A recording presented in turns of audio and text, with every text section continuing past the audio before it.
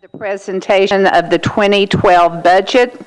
Next to me is the Chair of Budget and Finance, Councilmember Megan Berry. And I would now like to introduce Mr. Rich Riebeling, who is going to walk us through the proposed budget. Thank you.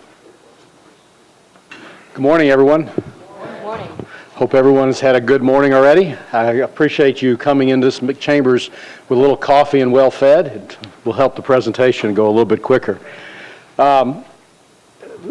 Vice Mayor, Chairman Berry, members of the council, I appreciate this opportunity to present the budget for fiscal year 2012. I think before talking about the details of the budget for this coming fiscal year, I think it's important to kind of reflect back a little bit on what we've accomplished together in this council, this administration over the past 4 years, specifically as it relates to some budget matters and sort of where we were sort of 4 years ago when we first took office. I think as you remember back when we came into office back in the fall of 2007 now, some of the budget issues that we were facing immediately were a shortfall in the budgeted savings and the revenue estimates that forced us to use about $10 million of our reserves in order to meet the budget for the fiscal year 2007, the last budget that the prior council would have approved and the one we adopted.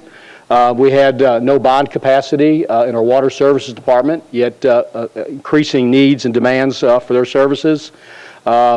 We had a significant multi-hundreds of millions of dollars of a capital plan in which was approved but not funded.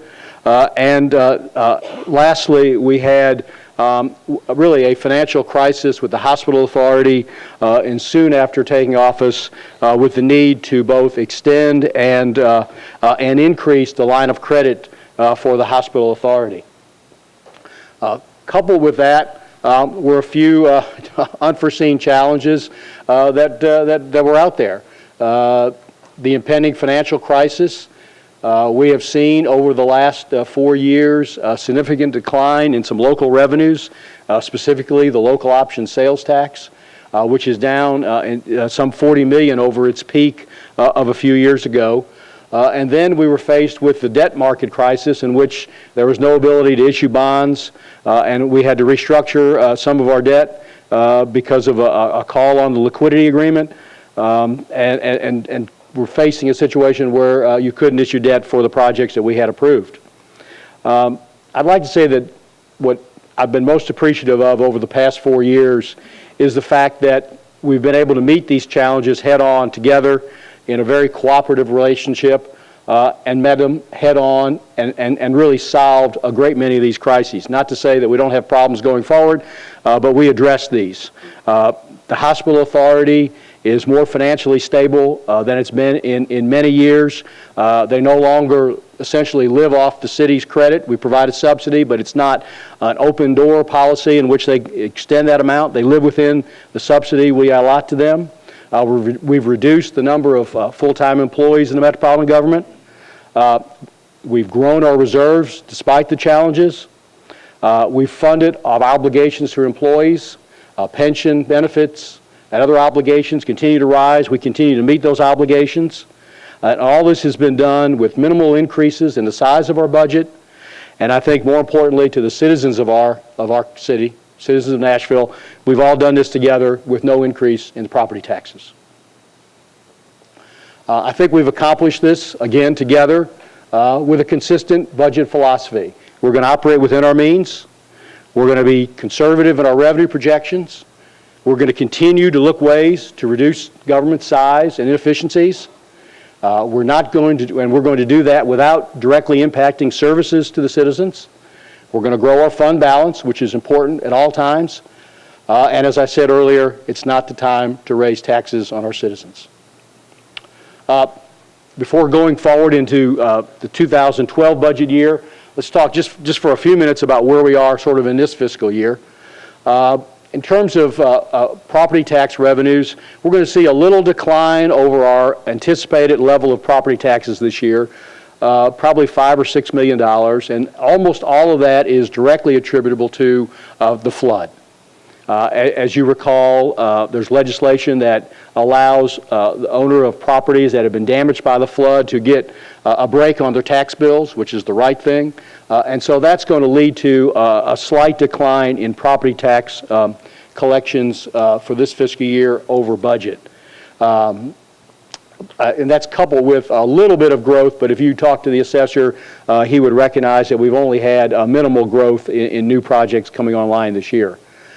We do project good news is that we are seeing a slight increase in sales tax. That number is wrong. It's going to be about 1% growth for this fiscal year. I transposed the wrong number. That 2.5% is projected for next fiscal year, but we are seeing about a 1% growth in property taxes, in local option sales tax this year, and generally all other revenues are basically flat. Departments are primarily living within their means. They're living within their budgets. We will bring a supplemental resolution later this spring for a few departments, only a few of which will be general fund funding requirements. You can see the list. Election Commission will need additional funds for principally for redistricting cost. General Services will use some of its fund balance for fuel cost increases and additional fuel cost. You may recall when we approved the budget last year, the State Fair, we only budgeted for 6 months, so we will have to appropriate another 6 months operation for the State Fair. The farmers market is another casualty of the flood. They'll have some revenue loss this year that we'll need to make up with a general fund appropriation because of the flood. Schools will not require any additional revenue from the city for this fiscal year, but we do need to recognize that they have received some additional BEP funding during the course of this fiscal year, and finally there's a couple areas in IT that will need some additional appropriations for the fiscal year. You probably have seen this slide before, but I like to remind you of the things that we've done during prior budgets to reduce cost. I think I heard from a few of you when I took office about internal service fees, and we have eliminated a number of those. We continue to reduce travel budgets and have greatly reduced travel costs for this government. We've reduced fleet in appropriate places where cars and trucks could be parked. We've done so. And we'll continue to look for efficiencies. We have an ongoing hiring freeze in a place.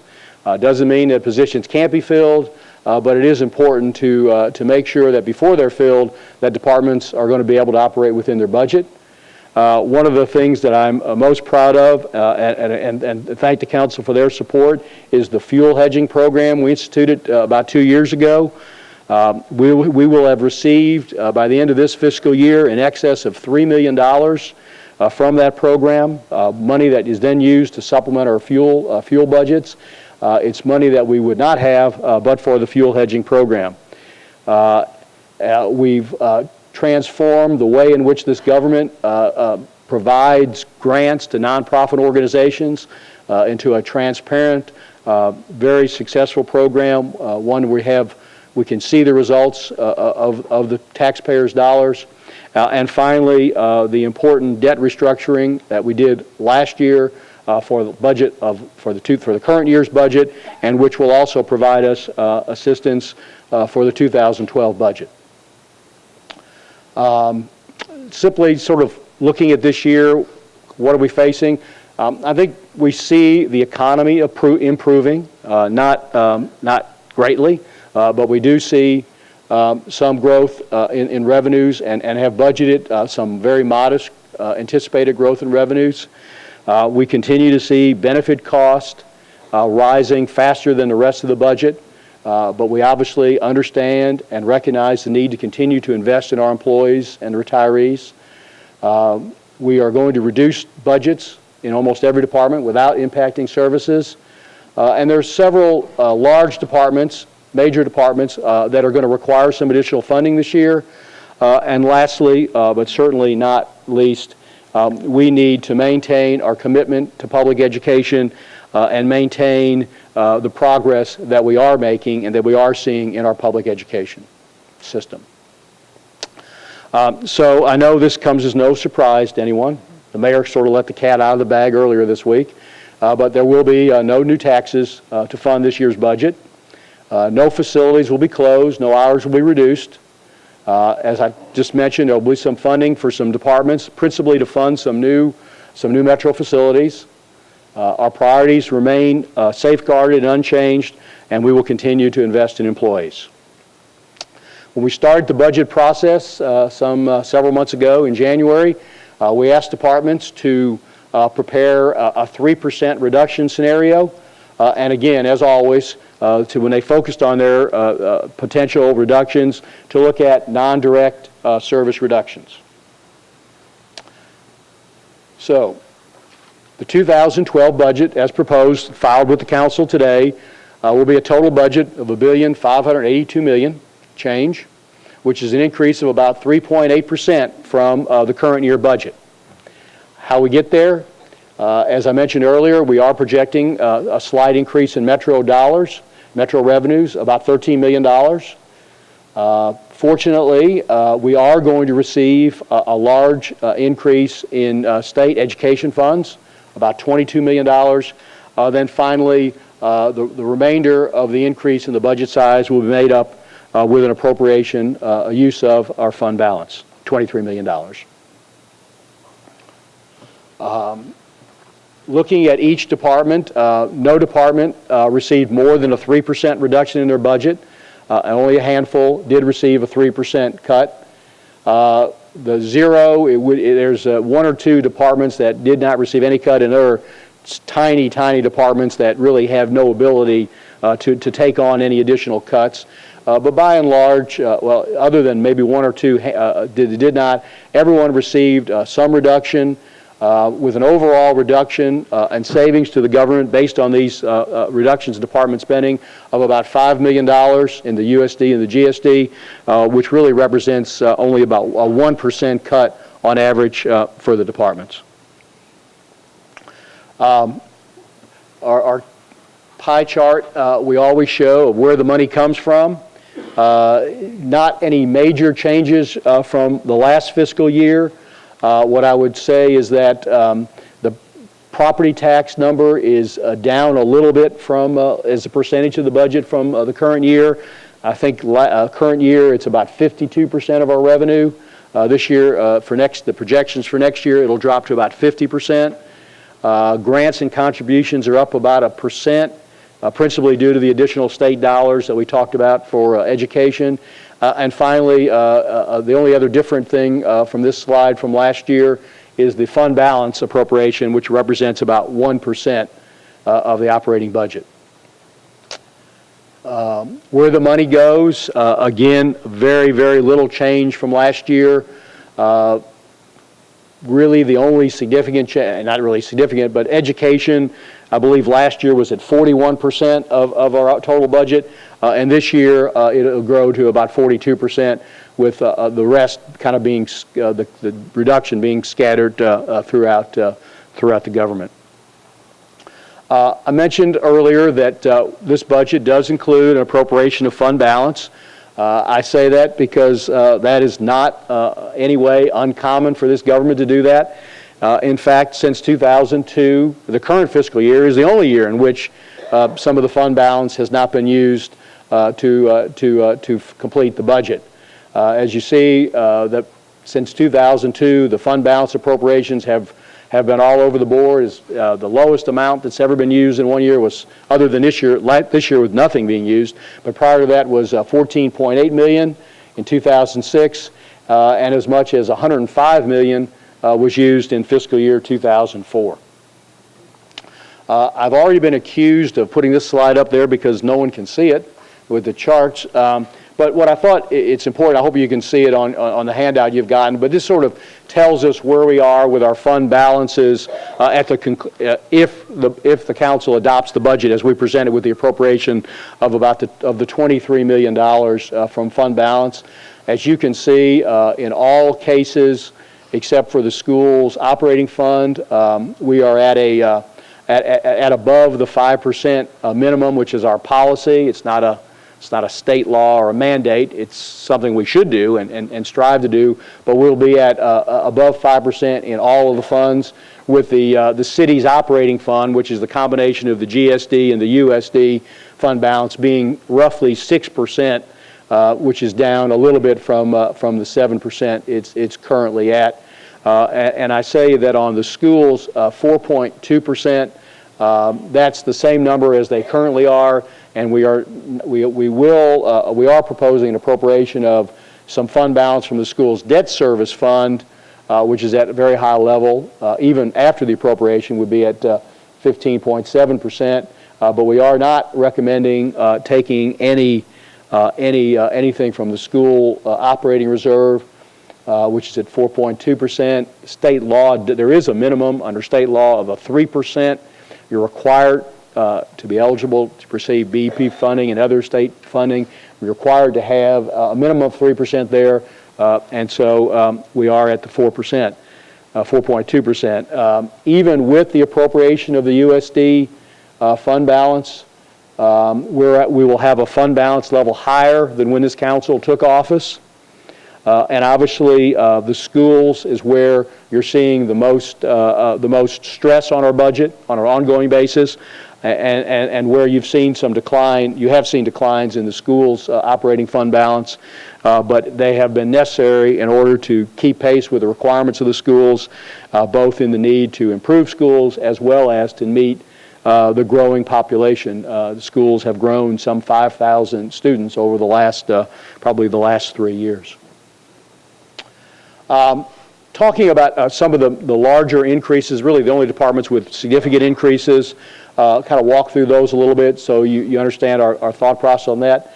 Police will see a $3 million increase in their budget, and though that money is necessary to continue to staff the DNA crime lab and the new Madison precinct, both of which are in the design stage and will be located at the Peterbilt facility in Madison.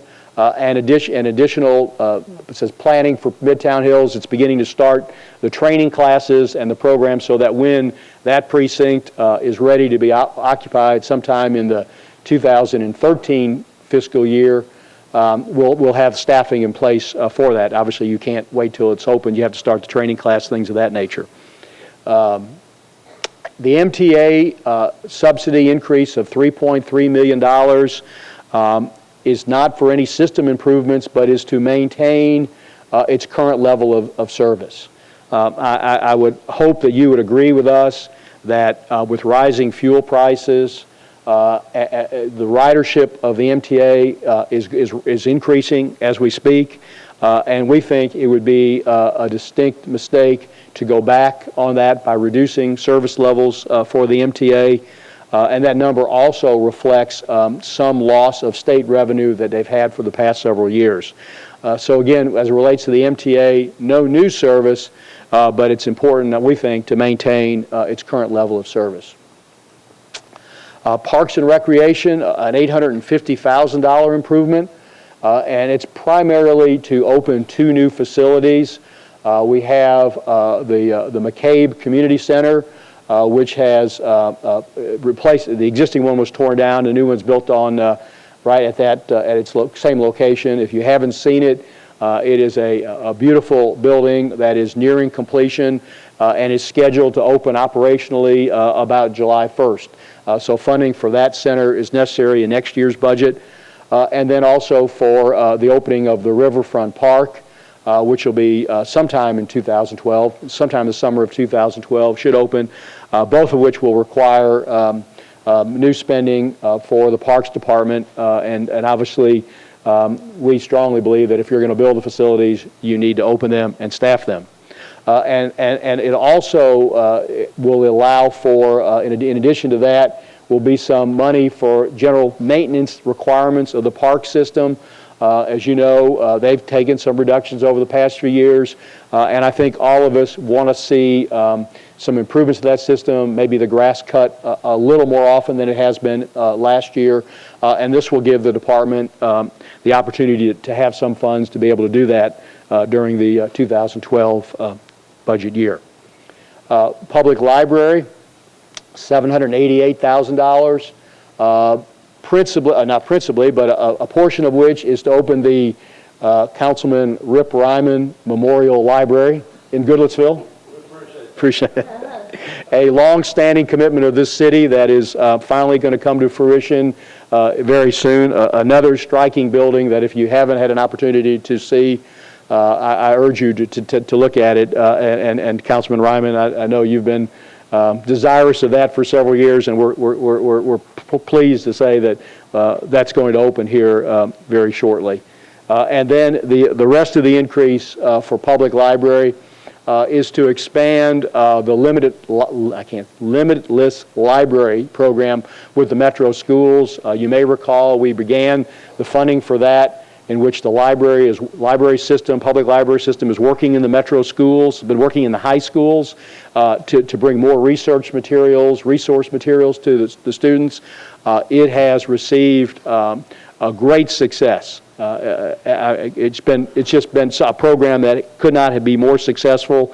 This will allow that to expand to the middle schools and also sort of allow us to take advantage of a $1 million private donation that will be used to renovate some of the facilities. So it's an important program for our city going forward. Public Works, a $950,000 improvement. Unfortunately, the bulk of those improvements for Public Works are requirements to meet contractual services, garbage hauler requirements, some of the landfill requirements, as well as utility costs, which are rising throughout the government. But there will be some additional funds that Mr. Lynch and his staff will have available to really assist, especially in some of when you have some of the crisis, some storm damage and things of that nature. We'll have some supplemental monies that can be used to augment sort of the routine services of the department. And then finally, general services, about a $3.9 million increase. Obviously, not quite as glamorous as opening new facilities or things of that nature, but sort of the guts and the core of the city.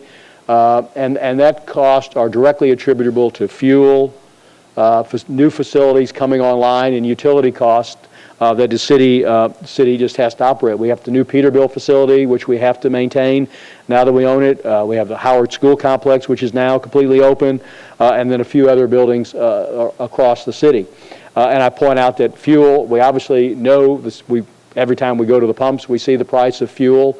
While we do have the hedging program in place, again, for the next fiscal year, the price on our hedge has gone up because of obviously the rates. We'll be able to hedge around, currently we're hedging in the $1.80 range, which, as you can imagine, looks pretty attractive right now. But next year, it'll be more in the $2.30 range. Still an attractive hedge price, but not as well as it's been for the past 2 years. Again, no surprise. Once again, as the mayor said at his State of Metro speech addressed to you and the citizens, that we are proposing to fully fund the budget for schools at $670,534,000. It's about a $37.5 million increase over the current fiscal year. Let me set aside for a second and just tell you one new development that I want to make sure you're aware of. I don't have an answer for you, but make sure you're aware. Subsequent to the school boards adopting this budget at $670 million, the state announced that it intended to offer a pay raise which would impact teachers. I can't remember the percentage, 1.6% I think is right. That increase has a fiscal impact to the local government. Not all the money comes from the state, even though they authorized the increase. It's about a $4 to $5 million increase to the school's budget. We don't know yet if that increase is going to be approved. We expect it will, but we think we'll know in advance of, during the course of the next 2 months when the council has its budget hearings and goes through its procedures. So over the course of between now and a final adoption, the schools may require, in order to fully fund the school's budget at the real level, an additional $4 to $5 million. I don't have the answer for you today on that, but I did want to make you aware of it so you weren't surprised by it on the course of the next few months. The good news is by that time we'll have a better sense of where we are on state revenues, and we'll work on it together to see where we end up. As I mentioned, the schools does have about a $37.5 million increase as the budget they've approved. Sort of thought it'd be appropriate and necessary to show you kind of where that money's coming from. As we said earlier, about $22 million of it is from additional state funds. We will move $5 million from the school's debt service fund to the operating fund. This is something that's been available because the debt service requirements are down this year because of the restructuring. And then we will have about $10.4 million of local revenue that will be additional to the school's budget to make up the total.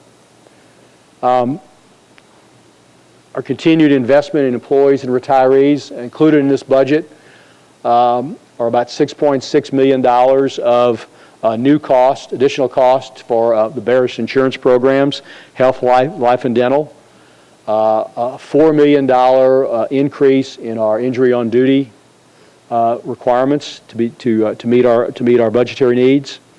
We have included in the budget a 1.5% salary adjustment for all full-time Metro employees with a $1,500 cap at a cost of slightly under $6 million. And I at the last minute said I better put this back up again about longevity pay. We will continue and maintain our commitment on the longevity pay. I thought if it was not up there, I would get a lot of phone calls wanting to know about longevity pay, so I thought I better put it up. Making a total investment, new investment for employees in this budget of approximately almost $20 million. Obviously, I think since I have the podium, I do think we ought to talk a minute about just sort of the continued rising costs of employee benefits. As I stated earlier, this is a cost that is rising faster than the rest of the budget. In the past 3 budgets, this is outside of any salary adjustments, but just for direct employee benefits, insurance, pension requirements, things of that nature.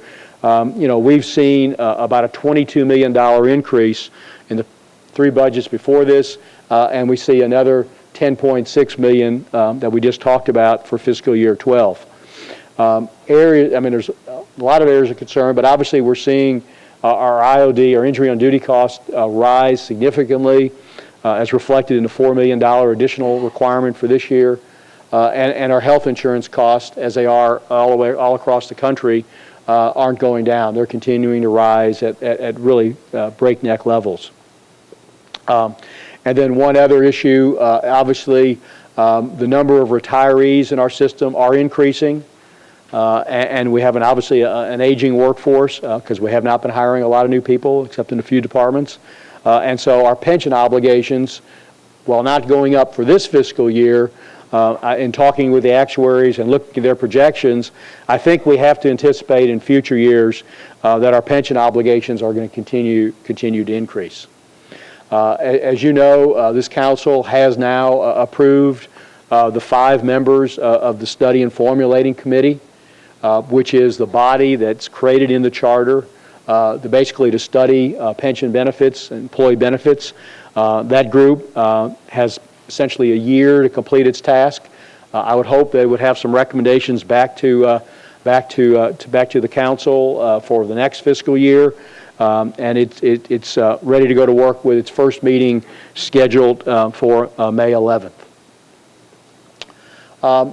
Just 3 things I want to point out to you, because if you look at the department budgets and you'll see some sort of large increases or decreases in a couple areas, and I just want to make sure you're aware of those to help understand it. The first is the courthouse security. As you may recall, a year or so ago, There were some concerns about the budget for courthouse security, and we kind of came to the conclusion that the sheriff's was the right party to operate, to maintain, kind of manage the security in the courthouse.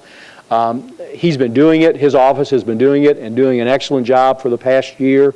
But last year the money stayed in general services budget, and it was just sort of transferred to him.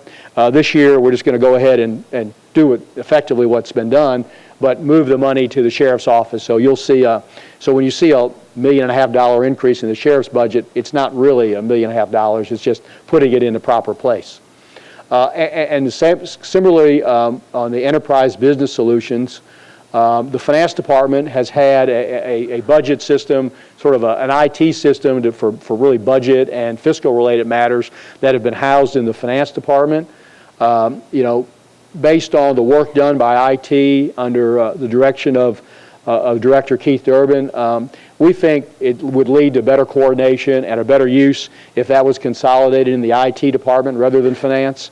It was here when I got here. As you know, I don't know anything about IT.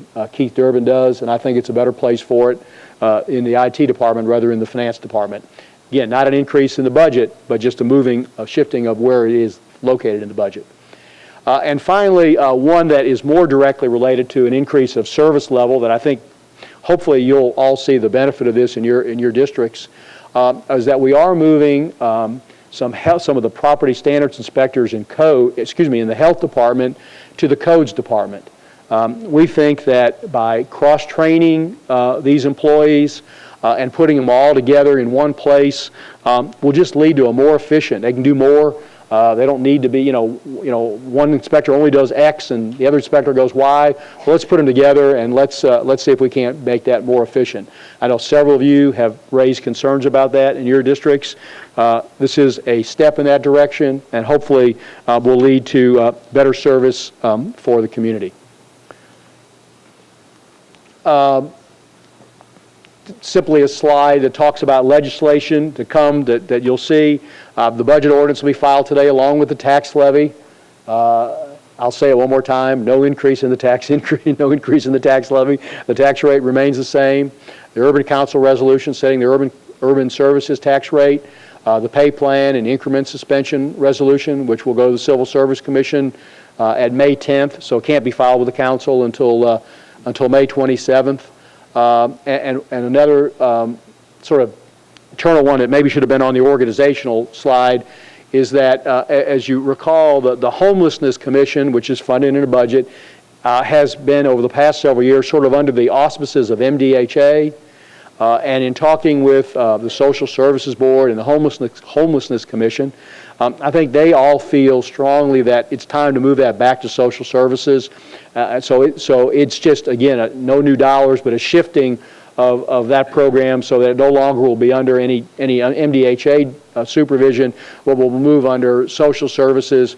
But practically speaking, the commission will stay in place and maintain like it is now. The employees will just be housed in social services.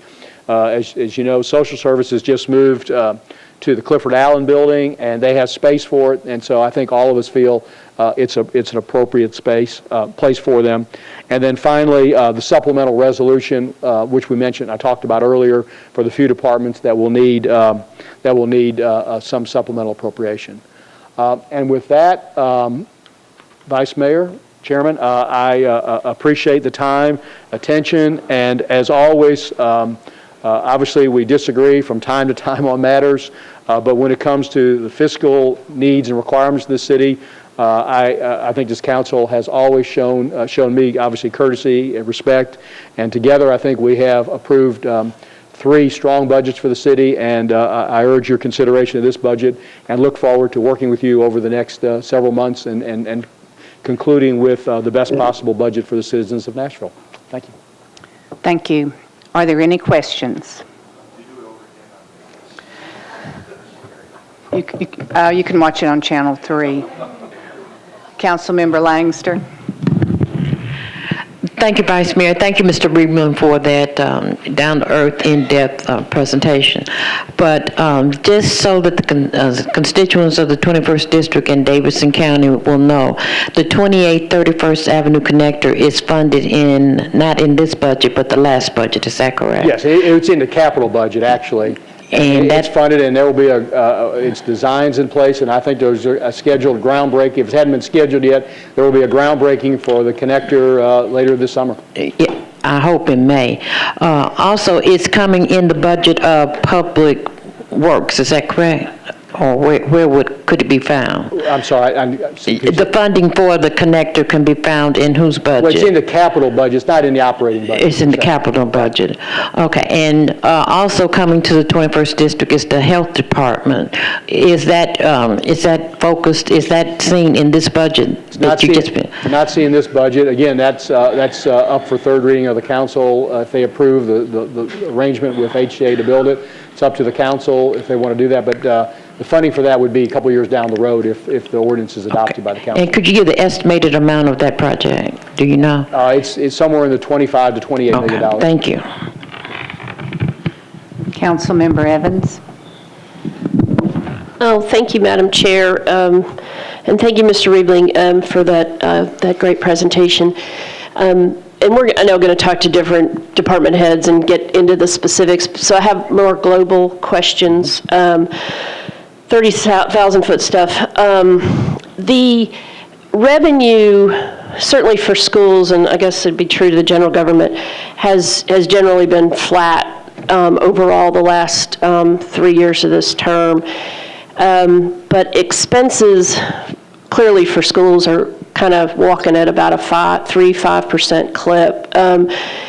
Is there, that's not a sustainable situation, right? With expenses flat and, expenses going up and revenue flat, right? Clearly not. What is kind of the game plan for, either getting those expenses under control or getting that revenue to match expenses over the next, 2-3 years? Well, I think questions about expenditures should be more appropriately addressed to the school board and to Dr. Register. We estimate revenue. The good news is we are seeing some growth in revenue. We are anticipating, projecting a 2.5% increase in the sales tax, local option sales tax this year, the bulk of which goes to school funding. So that's a step in the direction. Obviously, we will deal with those issues if we're fortunate enough to be here. And on the fund balances, and I agree with you, in tough economic times, you have to draw on the fund balances. But, we've taken, I guess, about out of the school's fund balances in order to meet that gap, obviously. We've taken about $87 million out this term. How are we going to, beef those up again so that we're ready for the next recession? Council Lady, there's no actual, I don't have an answer for you. We will address that as we go forward. That's the answer. Okay, so we don't have we're either going to have to increase revenue or cut expenses, right? That's the system. Okay, so, yeah. And I guess my last question is, on the debt service, our total debt service this year, and this is from CAFRA, so I know it's a little off, we're looking at a total of $76 million for FY11, and by FY15, that's going to go up to $178 million. I think it's more than 76 this year, but there will be a large increase in debt obligations in future years. And I know this is sometimes a little off, but it's a double 1.5 times kind of situation, right? I don't think it's quite that much, but there is significant increases in debt service obligations in subsequent years. Yes, ma'am. As we told you last year when we did the debt restructuring. Okay, so in order to meet those obligations, how are we going to... To answer the question the same way we just answered, you'll either cut expenditures or raise revenues. So we're like AA, take it one day at a time?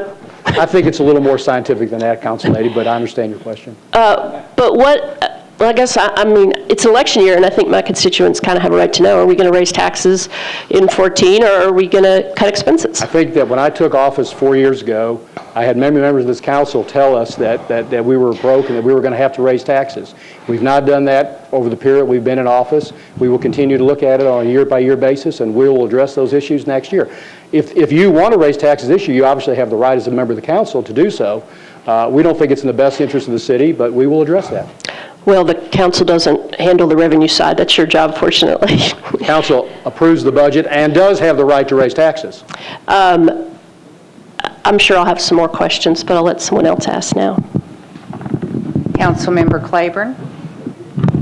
Thank you, Vice Mayor, and thank you, Mr. Riebeling, for your presentation. I do have one question on the $950,000 increase to Public Works. In your comment, you said that this would provide some additional funds for like storm cleanup, special needs that come about in that department in the year ahead. For the last 2 years, I've been one who has consistently asked for funding for the Public Works Department to be able to address neglected properties in the city. And there's always been an excuse why we can't do that, why we can't do that. Neglected properties are the one item that most affect us as district council members.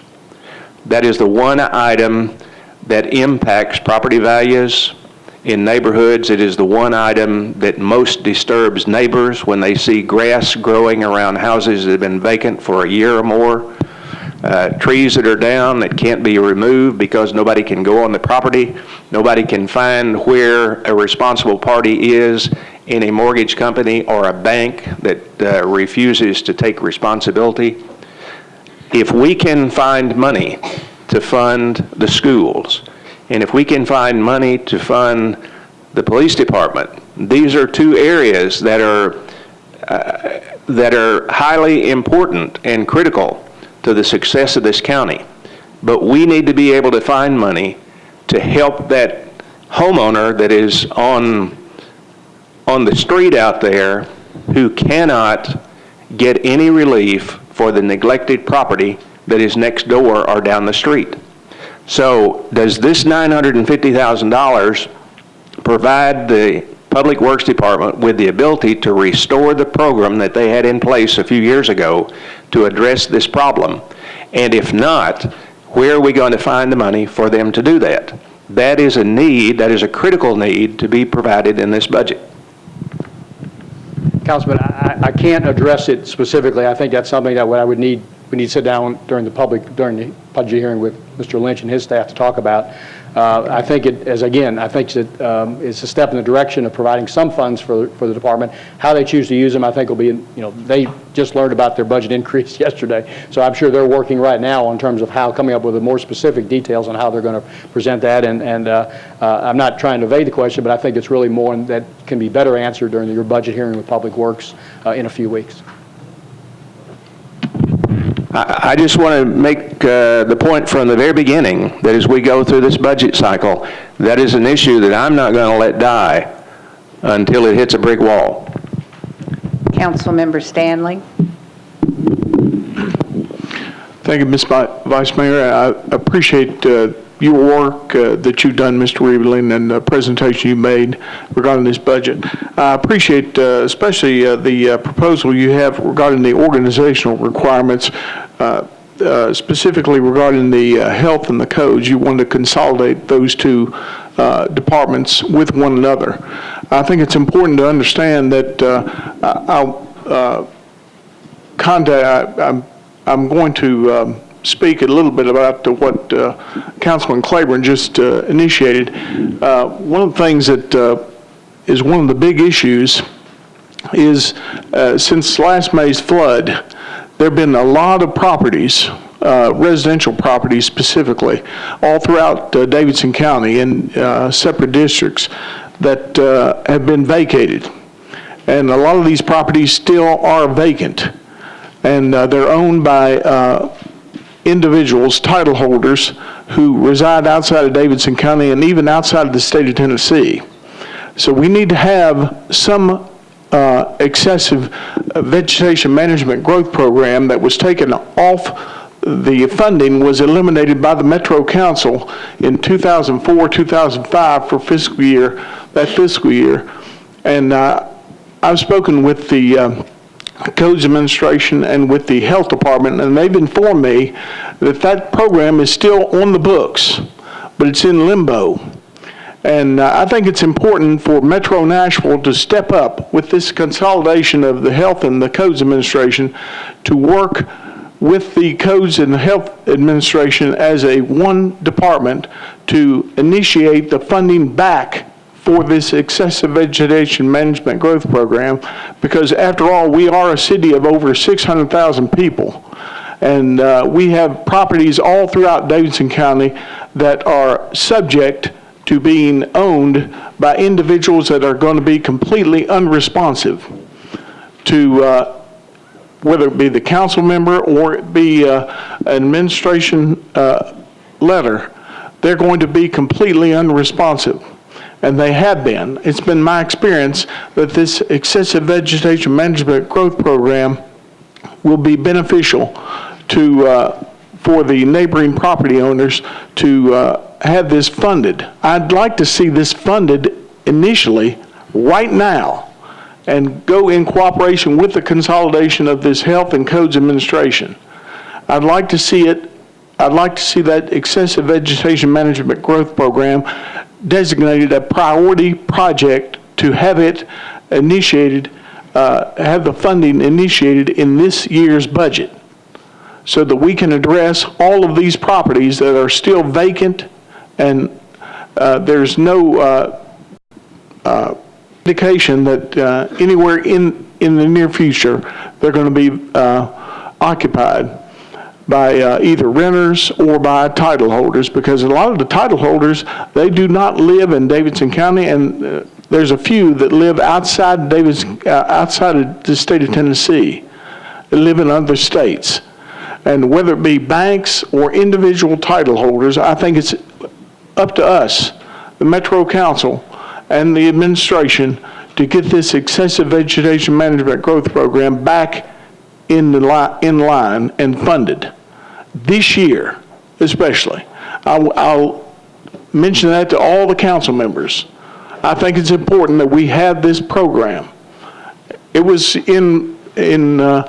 it was funded back when I was on the council in 1997, 1998, and we got one of the properties that I was able to get was owned by a gentleman that lived out in San Diego, California, and he did not care anything about maintaining that property. And that property was set on fire. The front room was set on fire by teenagers, and we had to have the police and the fire department go out there and put it out just for the benefit of the neighboring property owners. So I would ask that you, as well as the Metro Council, that we look to initiate this excessive vegetation management growth program. Thank you. Thank you. Councilman Coleman? Thank you, Vice Mayor. Mr. Riebeling, I think you did an excellent job of laying out our scope and where we're going with the budget, and also clarifying for us what's left on the calendar for this year. Three particular areas that I'm concerned with, and I know that you can provide the answers. So, if you will, I'll Put a little give you a pressure chance. on me by telling me that in advance, don't you? Well, I think you can. I think you're well prepared, and you're ready for this. This is your fourth budget, and this is my eighth budget. In any event, I'm really glad to see that we're going to step up our initiative with the homelessness. If you can you address the budget appropriation for this homelessness and tell us how is it going to be different from the MDHA initiative? Not that anything was wrong with it, but that's an issue. I want to go ahead and give you all three of mine because the Vice Mayor has got the clock on me. The second issue is on page 14, 2% other in our pie graph. Would you explain to us what what you mean by that. Is that contingency funds, and exactly how much is that other? And then finally, I guess the question for some people still lingering from our fairground issue days, at one time the administration announced that in order for us to continue on with the fairgrounds and that initiative, we would have to have a property tax increase. It looked like we are going to continue on for not only this year, but it may be years going down, coming up. Have your position changed that in order to keep the fairgrounds open, the city would have to ask for a property tax increase? And I know you can answer all three of those, so I'm just going to close out my mic, and thank you for taking my question. And again, good job on your presentation. Thank you, Councilman. The homelessness issue is the dollars for that are the same dollars. There's no cut in that budget for this year. It's $1.3 million, I think about $1.3 million. I think that when the legislation gets filed, I think that question is probably a little better directed to actually Councilman Cole and the staff at Social Services. But I think the feeling was that because of some of the work that the Social Services does already, that having them together would add to more efficiencies. And putting them at MDHA doesn't really, it was a good idea, I guess, at the time when they did it, but there's no real logical reason to put them at MDHA, and that it's just a more efficient operation by moving them under Social Services. When that legislation is filed, I'm not evading the question, but it's really better answered by sort of the Homelessness Commission itself, and as you know, your own colleague, Councilman Cole, has been intimately involved in that. As it relates to slide 14 on the 2%, you may get me on this one. The other 2%. Where'd the money go? The green. Yeah, the green. It would be anything that's not in one of those other categories. I'm going to have to get back. I'm not sure. Nothing comes to mind per se exactly what that is. I'll find out. I just don't know off the top of my head. I'm sorry. I apologize. And then on the issue, my favorite issue to talk about, the fairgrounds, the budget that we've proposed for the fairgrounds, whoops, I shouldn't have done that. It's a balanced budget in this, and it will be filed. The issue is the fairgrounds is the Fair Board commissioners are currently looking at an overview of their operations. There's a study underway to determine if rate increases are needed in the flea market operation, in the event hall rental and things of that nature. And I think some of those are going to be required, and some additional parking charges are going to be required by the fairground, by the board, in order to meet their balanced budget for this year. Effectively, I don't have the exact dollar number for you, but effectively, most, if not all, of the reserves that the fairgrounds have been operating under have been exhausted. There may be some money left, but there's not a lot of reserves left in the fairgrounds operation. So they're going to have to, if they're going to not be a drain on the taxpayers, they're going to have to continue to raise rates and live within their means and operate with a balanced budget as the rest of the departments do. Councilman Cole? Oh, Okay. thanks. Councilmember Wilhoit? Yes, thank you, Vice Mayor. And I too, Mr. Riebeling, appreciate you laying this out so simplistically, and also want to commend you for the efficiency that you've laid out for combining certain services or programs that will provide the efficiency needed for those services, the homeless under social service and the health to the coast department. I'm going to just be a little bit biased here for Southeast Davidson, if you don't mind. A couple of things that I've been actually advocating for quite a long time, and I'm getting a little bit disgusted, if you don't mind. I mean, being respectfully. Our firefighters at Engine 3335 on Forest View, I've met and I've talked and I've been as respectful as possible and wanting to see them move out of the ghetto over there. I'd like to know what is going on in reference to this budget that is going to provide those workers in that particular fire hall the type of living arrangements they should be given, especially since they protect all of our citizens in times when there's fire. Number two, we've been going through a lot of spot storms that's been happening in Davidson County. I have begged and begged and begged for an emergency response horn to just be established in an area that is impacted by community residents, by people who live on the water, and it's not a very large amount of a type of apparatus that could help save lives. I would like to see that happen, and I hope that it's in this budget. Of course, this is a general overview, but I really hope that those things are in the budget. These are the low-hanging fruit that our mayor has talked about, and they need to happen in Southeast Davidson. And then finally, the community center. I very much applaud this administration, and I do support the community center at Hickory Hollow. Would still like to see a swimming pool be put there, and I think it can happen. I really do. I mean, we need to give Southeast Davidson everything that other parts of the city where there are regional centers should have. We are deserving of it. They're property taxpayers too. But we also know that Southeast Davidson is one of the fastest growing areas of all of Davidson County.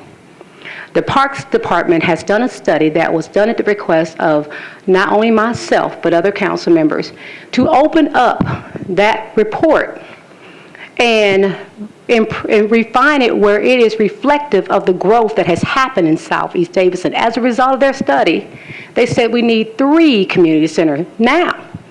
Now, I understand that we have to do more with less, but we've waited. We have waited, and we're glad about Hickory Hollow, but children in Southeast Davidson need a place where they can walk to from their homes, and every child can't walk to a community center, but community center is exactly where they're supposed to be, in the community. I truly applaud you for all that you've done to bring this about. I mean, a budget is very, very difficult, and someone like you of your status can only bring a budget of this caliber and communicate it so that all who are watching can understand it. But the part that I have to communicate to you is what the residents of Southeast Davidson have not received, that's not reflective in this budget, I think, but I want to believe that it is. Could you help me with that in reference to the Fire Hall 3335, the community center, additional, and emergency response that needs to be there to help the people of District 29 to stay safe, and also Southeast Davidson. Thank you. Mr. Riebeling, when will the capital budget be presented as opposed to the operating budget that we have before us I don't have a today? schedule for that yet. I don't know the answer on when we're going to bring a capital budget, if and when we're going to bring one this fall, this summer or not. Just don't know. We have a decision on that. Okay. Thank you, Vice Mayor, for clarifying that. And I realized that it was the capital budget, Right, but and I did point to the operating budget. But going forward, I know that this is our 8th budget, and I think I've been talking about this for quite a long time, but you and I have only been to work each other for the past 4. I'm only 4. I'm only guilty of 4 years of neglect, not 8 years. Exactly. So I want to just definitely go on record in reference to those items, because I think that I really have been patient on behalf of those I represent. And like Council Lady Langster, she'd like to see something happen before another term begins, hopefully, and I know that it will for her. But in my case, I want to see things happen now because they should have happened, I believe, some time ago. I do know that. Thank you so much. As it relates, thank you for your kind comments first. I do appreciate that. And obviously, I do appreciate your concerns about the area which you represent, which is the fastest growing area of the county and is in the need of some of the services that are neglected. There's no question that a lot of the issues you raise are very legitimate, and I agree with. Specifically as it relates to the fire hall, that fire hall was included in what we call the 6-pack of fire units that are going to be renovated and replaced. So that the construction agreement has been let. A company's been hired to start that process, so you should see progress on that in the immediate future as relates to the fire hall. Specifically on the community center, kind of where we are on that is we are near reaching agreement with CBL to buy the Penny's building, which would obviously have to come back to the council for approval, and we hope to bring that to the council within the next month, so that process, with council approval, we can move forward on that much-needed project. And I don't know the answer about the sirens. I'll find that one out for you. Councilmember Evans. Thank you, Madam Chair. And I told you I have a couple of follow-up questions. And it reminded me, listening to my colleagues talk about needs in their neighborhoods, and particularly operational needs like codes enforcement and stuff.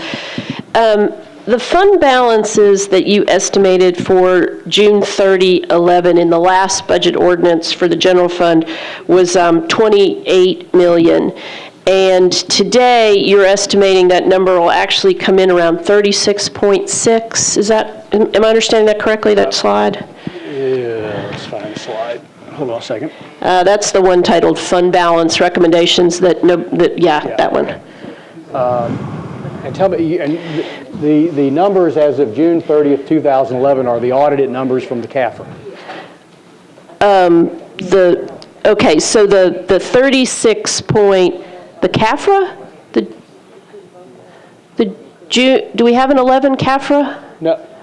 I'm talking about June, the 36.8, I'm sorry, general fund. That's based on the numbers from the 10 CAFR, I'm sorry. Okay. So. We don't anticipate there being any draw on it, so that it'll be at the same. Okay, yeah, that's what I'm getting at. Each of the years in which you've been the finance director, actually the number you've returned in the fund balance has been higher than shown in the budget ordinance. Than in the budget ordinance. So we had 28 million estimated. We're actually going to come in at about 36.8.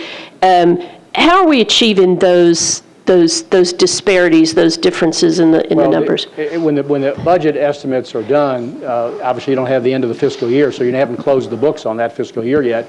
You still have 2 or 3 months to go in the fiscal year, and you don't have a complete auditing. So it's simply an estimate that's done by our accounts department. Okay. And obviously it's trued up when you do with the CAFR, and those are the real numbers. Right. So do you feel comfortable that we'll end the year with the 36.8 number? We think at a minimum we'll be at those levels. Okay, so we might end it with more. I don't know that, but we could. But you have every year, that's why. We have every year. I think this year we've been, I think we have a little more reflective attitude on that, and the numbers we put in, and I think those are pretty close to where the numbers we think they're going to be at the end of when the CAFR gets completed. Okay, and then. I obviously hope that they are higher. And the last question I have is the slide related to reducing cost. Each of those items, internal service fee eliminations, what is the cost associated with that change? The changes we did on that were probably 2 budgets ago, and I don't remember the exact dollar, but it was several $1 million we eliminated by doing that. Okay, travel reductions? I'd be guessing if I told you the exact number. I would love to give you the exact numbers if you'd like. Okay, yeah. I can't remember them off the top of my head. Why don't we get a look at what those cost reductions have actually amounted to? Sure. Easily done. Over the okay. Not a problem. We'll do it. Appreciate it. Thank you. Mr. Riebeling? There are no other questions. Thank you for being with us today. And now we'll turn all of this over to the Chair of the Budget and Finance to move it forward. Thank you all.